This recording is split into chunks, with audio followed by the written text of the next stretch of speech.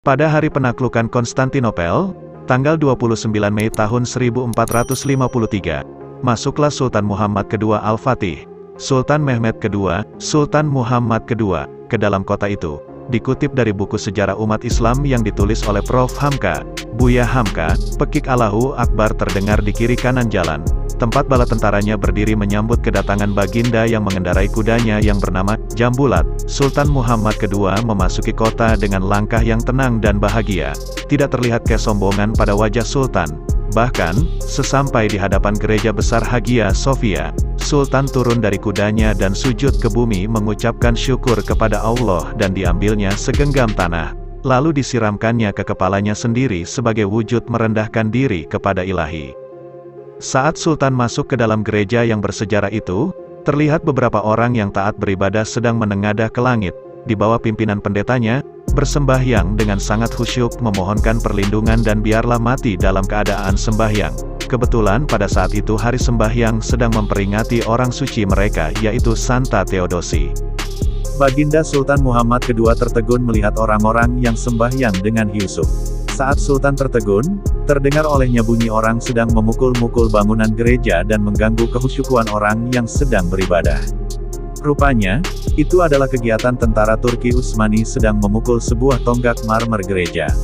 Sultan pun marah dibuatnya. "Apa maksudmu berbuat begitu?" tanya Sultan. "Bukankah saya ini seorang Muslim? Bukankah semuanya ini berhala tempat kafir menyembah selain Allah?" Jawab tentara itu. Mendengar jawaban itu, terlihatlah wajah Sultan marah. Diambilnya palu dari tangan serdadu itu dan dihayunkan ke kepalanya sambil berkata dengan marah, "Tidak boleh merusak tempat ibadah," kata Sultan. Sikap Sultan yang demikian itu mengherankan orang-orang Kristen yang sedang berdoa tersebut. Mereka lalu tidak ragu untuk mendekati Sultan. Mereka tidak menyangka Sultan berbuat baik dengan menghormati peribadatan mereka.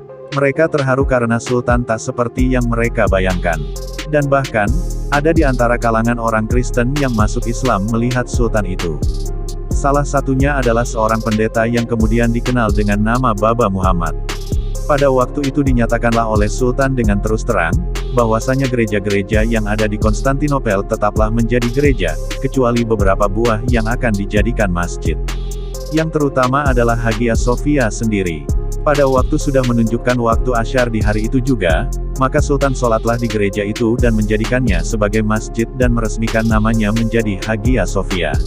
Setelahnya, segala tanda-tanda bekas peribadatan agama sebelumnya, disingkirkan.